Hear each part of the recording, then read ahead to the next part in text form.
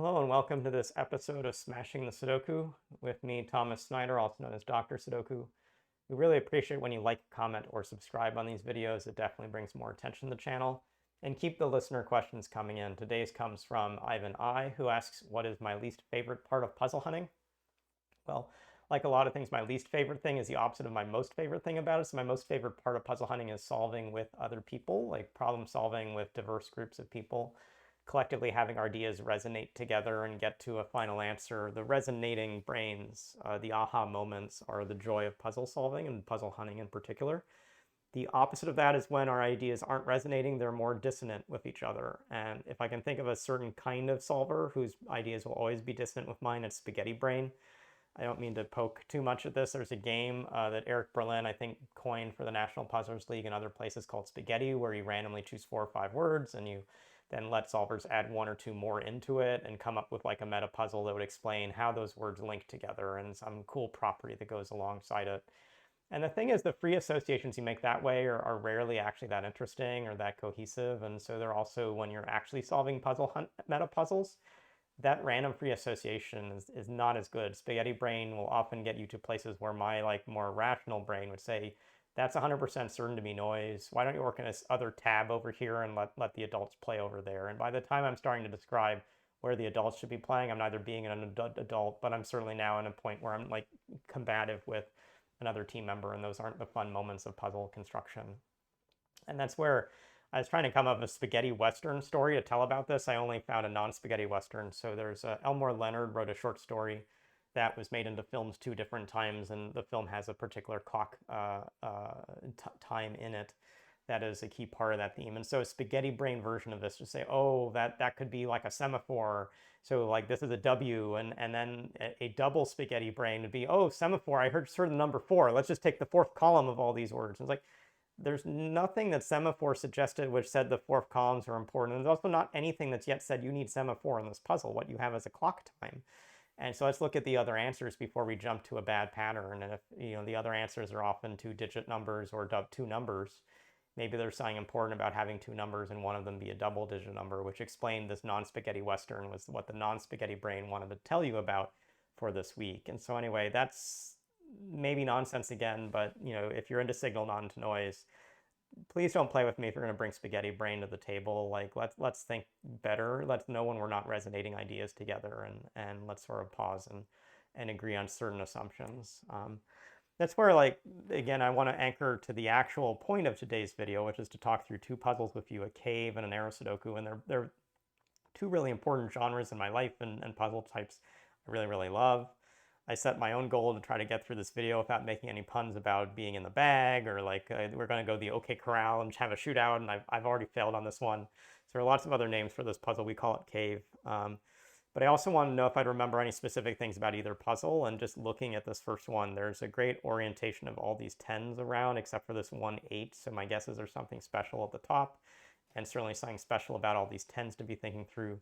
The arrow Sudoku looks like a lot of others I've made, where I start with a seed pattern and a set of multiple arrows, but then I slowly add in a few of these digits. Maybe 3 or 4 of these digits are very, very meaningful.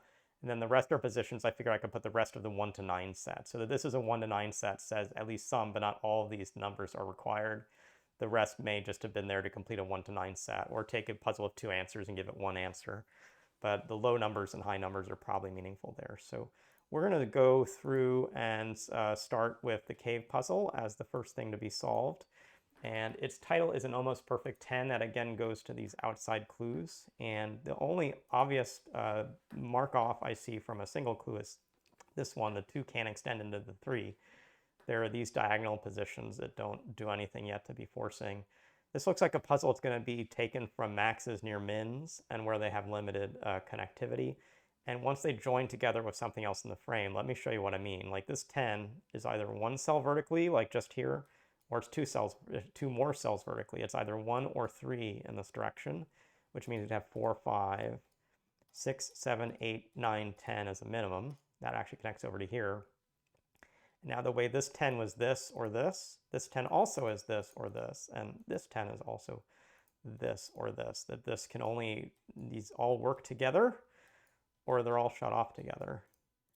And this is at least a way to get started. one thing it looks like it does is it marks off this cell and this cell, and so now this 10 is either one cell on its own or two cells on its own, which means this 10 is one cell on its own or two cells on its own, because we have 1, 2, 3, 4, 5, 6, 7, 8, 9, 10. So this is, again, this or this. But I think there's a key number that I'm not yet looking at, and it's actually this 10. Why do I choose this 10? Well, it's actually, like, its small digit is coming down to this 5, but you should ask yourself mentally before you draw this grid, can it actually get there? And this is a case that it would already form this whole pattern in the grid. And if you know something about cave puzzles, it's that here you're actually making something that you can't draw a loop or bag around, because here the loop would touch itself, and as a result, you'll somewhere have something like this where this black cell is contained, or these do get together, but now you've got an isolated green cell. So the cave isn't all joined, and so you can't come to this 5. And if it's true that you can't come to this 5, then this 10, just like this 10 down on the bottom, can be one cell vertically or 3 cells vertically, and that's it. So its extreme is 3, 4, 5, 6, 7, 8, 9, 10. That now joins to the 8 for sure, which is inside the cave, because all of these numbers are inside the cave.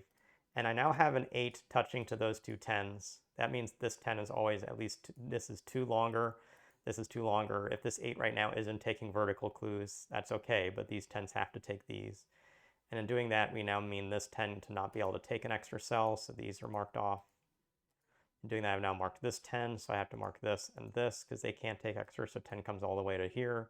This 10 now has 3, 4, 5, 6, 7, 8, 9, 10 up to here going for it.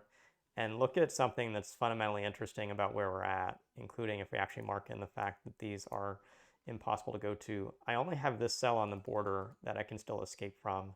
In this case, this has to be taken to make this work. And so this one cell here is where the whole rest of the puzzle is going to come from, because it's got to be the escape hatch. And so everything is going to come out through this exit that is a non-cave cell.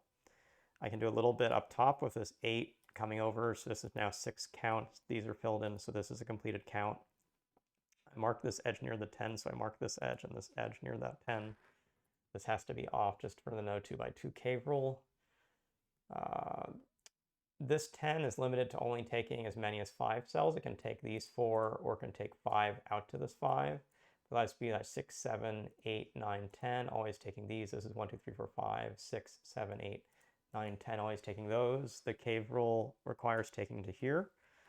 This 8 has 6 right now, could take 7, but not more down, has to take this. So these get connected. Again, for this cave to escape, these are forced. The 7 can take at least these going across, can take 1 more down, but we're getting a lot of structure here. Gotta escape through here for the cave to work. This 5 now can take 1 down, but not 5 whole down, so it actually has to take this, and in doing that, it finishes itself. That means this 7 has to come down. That finishes here. This 2 can't come up, so it goes to the right. That finishes here. This is to keep the non-cave all connected, non-cave all connected, non-cave all connected, and I'll finally mark the cell in to get the answer window. But this is solved from an outer frame with a single magic cell, and in particular I was looking at how this 10 can't reach this 5. So if you're not used to this kind of observation with these 2 cells causing an issue, that's something you need to do to get much better at cave, because it's definitely something that when I construct these puzzles I use a lot. So changing themes, we'll jump to this arrow Sudoku, which has, as I said, a theme that maybe starts off these low numbers. This theme has a lot of 3-digit arrows, and one thing you should know is that the only value that works without a 1 in it is 2 plus 3 plus 4 equals 9.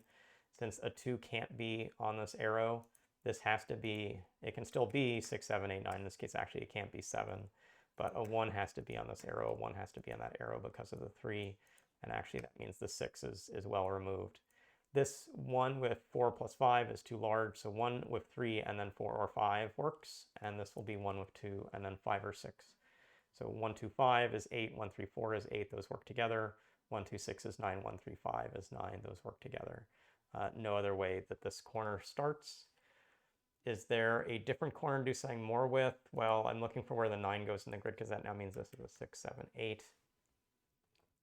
6 can't work in this space, and 7 actually is 1 plus 4 plus 2. That can't work in this space. So the only thing that fits in here is an 8. 8 still needs a 1 with it, and if it doesn't have a 2, it's going to be 1, 3, 4. The other direction without a 3 is going to be 1, 2, 5. Those are the only places that add together. 5 is already here, so it's not there. 5 with 1 and 2, that means the 1s aren't in these cells. The 1 is right here.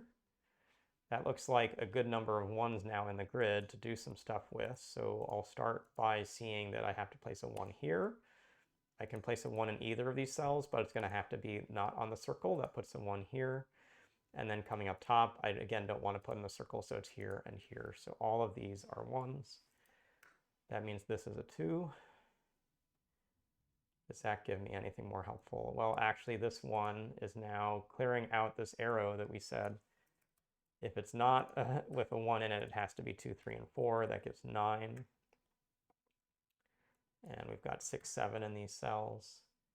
I've got an 8 note going here, which puts an 8 down here and a 5 up here. Puts a 5 over in these cells. Those look pretty good as progress. If an 8 is here, it alkalides with this. So this is now a 9. This is 3, 5. This is 2, 6. 9 with 1 has to have a valid sum of values to make this work. It can't be 2, 6 because one of those is already over here, so this is forced to be 3, 5. That will move my 5 note here up. It'll now put my 7 note there with a 7 note here. And a 9 note here. That's going to complete by giving me a 6 in this cell. That gives me 6, 2. And I have 4, 8 across these. Let's see, this 5 gives me 5 with 3. Got another 5 here. Do I have anything sort of useful down below? I've got a 6 required in this cell. I have 4, 7 to go in the bottom row, but a 4 is already there. So this is 7, this is 4, this is 7. That completes that sum with this 2. Got a 2 over here. Gotta get this column is pretty limited. I only have one cell for a 3. This has to be a 9, and this has to be the 2. Got a 2 here, so got 2 9s coming over to here. 9 can't be on the arrow, it must be the ball of the arrow. So this last one's another 9. So I guess less interesting than some because you only have the highest values for an arrow Sudoku, but another 9 is going to give us some quick progress. It again can't be a 3, 5 because it's already down there, so this is a 2, 6. I don't know where either of those values is yet. This is a 3, this is a 4, this is a 2. Now I know where those values are. 6, 6, 6. 8 has another 3 with it. This 3 puts in a 3, puts in a 4. That means this is another 2, 6. Put 7 over 6. We've got 4, 8 to go in these cells.